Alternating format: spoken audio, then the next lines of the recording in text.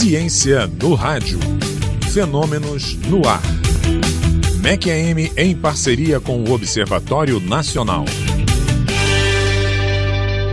Astroquímica é uma coisa, astrofísica é outra. Tem gente que faz confusão. Então hoje nós vamos falar da astroquímica, que é uma ciência que estuda a evolução química dos ambientes espaciais. Sim, tem como analisar, sim. Entendendo a origem, a distribuição e o papel de espécies atômicas e moleculares em condições físico-químicas do meio, né? Do meio em que estão presentes, né? Daquele cenário em que estão presentes. Eu converso agora com Diana Andrade. Ela é astrônoma pela Universidade Federal do Rio de Janeiro, mestre em astronomia pelo Observatório Nacional e doutora em química pela UFRJ. Possui pós-doutorado na PUC-Rio, e no acelerador de íons pesados na França. Foi professora e pesquisadora da Univap, em São José dos Campos, e atualmente é professora do Observatório de Valongo, da Universidade Federal do Rio de Janeiro. Professora Diana, muito obrigado pela gentileza e bom dia.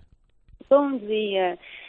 Eu que agradeço o convite para estar falando com vocês. É um prazer poder falar um pouquinho de astroquímica, que eu adoro tanto, né? Opa! Divulgar essa ciência. Vai ser muito gostoso falar sobre esse assunto, porque na cabeça da maioria das pessoas, quando a gente fala assim, astrofísica, elas dizem, bom, faz sentido, né? Dá para observar o movimento dos corpos celestes, dos astros, das estrelas, dos planetas. Agora, quando a gente fala em astroquímica, muita gente se confunde e diz, mas como é que isso é possível? Como é que é possível analisar a composição química de corpos que estão tão distantes? Então, é disso que se trata, né? Na verdade, a astroquímica, ela tem a parte observacional, onde o astrônomo vai para o telescópio, observa o ambiente que ele quer trabalhar, né? E a partir daí, com o telescópio, ele descobre os átomos, as moléculas presentes, né? Tem a parte de astroquímica experimental, que é a área que eu trabalho na UFRJ, lá no Observatório do Valongo, e tem que a gente trabalha em laboratório, né? E tem a astroquímica teórica, onde o teórico vai pegar o que o pesquisador de laboratório fez, o que o telescópio mostrou, e vai tentar entender. Na verdade, todo mundo tenta entender, né? Mas o teórico tenta encaixar tudo para mostrar como que aquele ambiente evolui, né? E é possível perceber como que aquele ambiente evolui através de que indicadores, de que, digamos assim, sintomas, comparando com a medicina?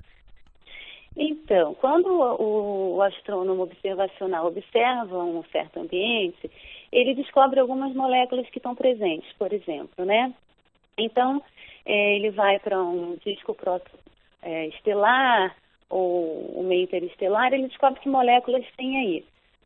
Mas ele não descobre todas as moléculas. Algumas não têm quantidade suficiente para serem vistas pelo telescópio, né? Então a gente vai para o laboratório e vê, a partir dessas moléculas mais simples que ele consegue ver com o telescópio, como que se dá a evolução química. A gente faz experimentos em câmaras de vácuo, a gente pode simular um ambiente gasoso, a gente pode simular um ambiente onde tem gelo. Então, por exemplo, a gente pode simular uma superfície planetária em laboratório, né? E a gente pode irradiar esse material, essa superfície, como a radiação que está presente quando você, por exemplo, no vento solar, a radiação que está presente nas estrelas, né? Então, a gente pode simular e ver a interação da radiação com a matéria. E aí, conforme a radiação interage, novas moléculas vão sendo formadas, porque a radiação vai causar ionização, dissociação das moléculas. E aí a gente consegue ver as moléculas que são formadas e consegue ver a evolução desses ambientes. Quando Diana fala sobre ionização, é a produção das chamadas partículas negativas, dos elétrons, né? Que isso vai alterando a composição química. Está longe de ser, aliás, não é um fenômeno meramente físico, é um fenômeno químico também. Fenômenos químicos estes que muitas vezes são responsáveis por, ao longo do tempo, mudar a coloração, mudar o aspecto, né, pelo qual a gente vê por exemplo, uma estrela, um planeta. Não é isso? Quer dizer, existe relação entre a cor da luminosidade de um corpo celeste e a sua composição química? Existe, mas na verdade, em relação à estrela, por exemplo, se uma estrela é muito fria, você vai ver ela um pouco mais avermelhada. Se ela é uma estrela muito quente, você vai ver ela mais azulada. Está relacionado com a temperatura, justamente porque ela vai ionizar, a estrela vai ionizar mais ou menos o que está presente nela, né? Quando você pensa num planeta, por exemplo, aí você já pode estar falando mais sobre os elementos, as moléculas presentes naquele planeta, né? Por exemplo, Marte vai ter quando você olha para Marte, ele é mais avermelhado justamente porque ele tem muito ferro e esse ferro foi oxidado. Exatamente, aí tem a ver com a composição química, né? Com a mudança na composição química, né? Isso, sim, exatamente. Olha que legal. Então, pela coloração, como nós dizíamos aqui, você confirmou, se pode deduzir que elemento químico ou quais elementos químicos estão ali interferindo ou estão ali interagindo, digamos assim. É muito mais do que a coloração, né? A coloração, você sabe o elemento e tem a coloração, tudo bem, legal. Mas não é só olhar e ver a coloração, não. Você tem que ir para o telescópio, você tem que analisar, ou você tem que levar uma sonda até lá para analisar melhor, né? Como que a astroquímica atua, por exemplo, quando astronautas norte-americanos ou russos, ou seja lá de onde, trazem rochas, né, material rochoso de outros planetas para análise aqui no nosso planeta? Onde é que entra o trabalho interdisciplinar, né, e o trabalho da astroquímica nessa hora? Então, isso aí quando traz material é uma coisa maravilhosa, né, que você pode estudar de pertinho o que a gente só olha de longe, né? Mas quando ele traz material, isso vai para um laboratório. E nesse laboratório vão ser feitas várias análises, né, com espectrômetros, vários tipos de análise, para determinar quais são os elementos químicos, as moléculas presentes naquele material. Esse material, ele já passou por várias fases, né, tá muitos milhões, milhares de anos sofrendo o que a gente chama de intemperismo espacial, né? Esse material já modificou. E o astroquímico ele vai analisar essa matéria, né? Então, o que a gente faz é descobrir os elementos, as moléculas, e os astroquímicos teóricos, eles vão usar isso para tentar criar um modelo de evolução química daquele ambiente também. Na verdade, quando traz a amostra, o astroquímico observacional já não entra muito, né?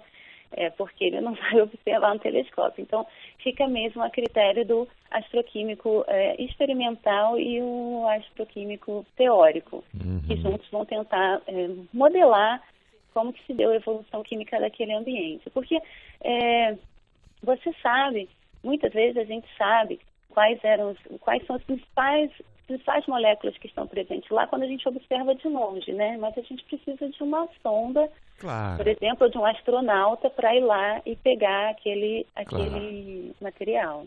Diana, uma coisa, entre tantos, eu tenho que concordar com você.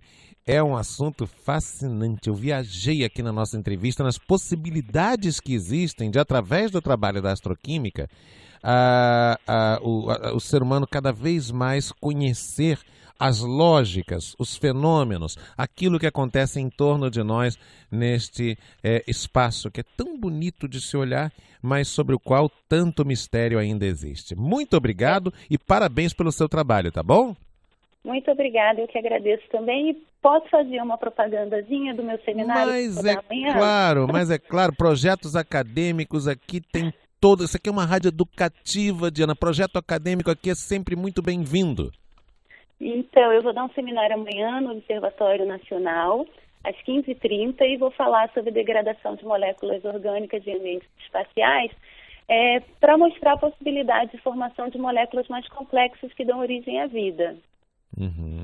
Amanhã, que horas e em qual das sedes? Em qual sede?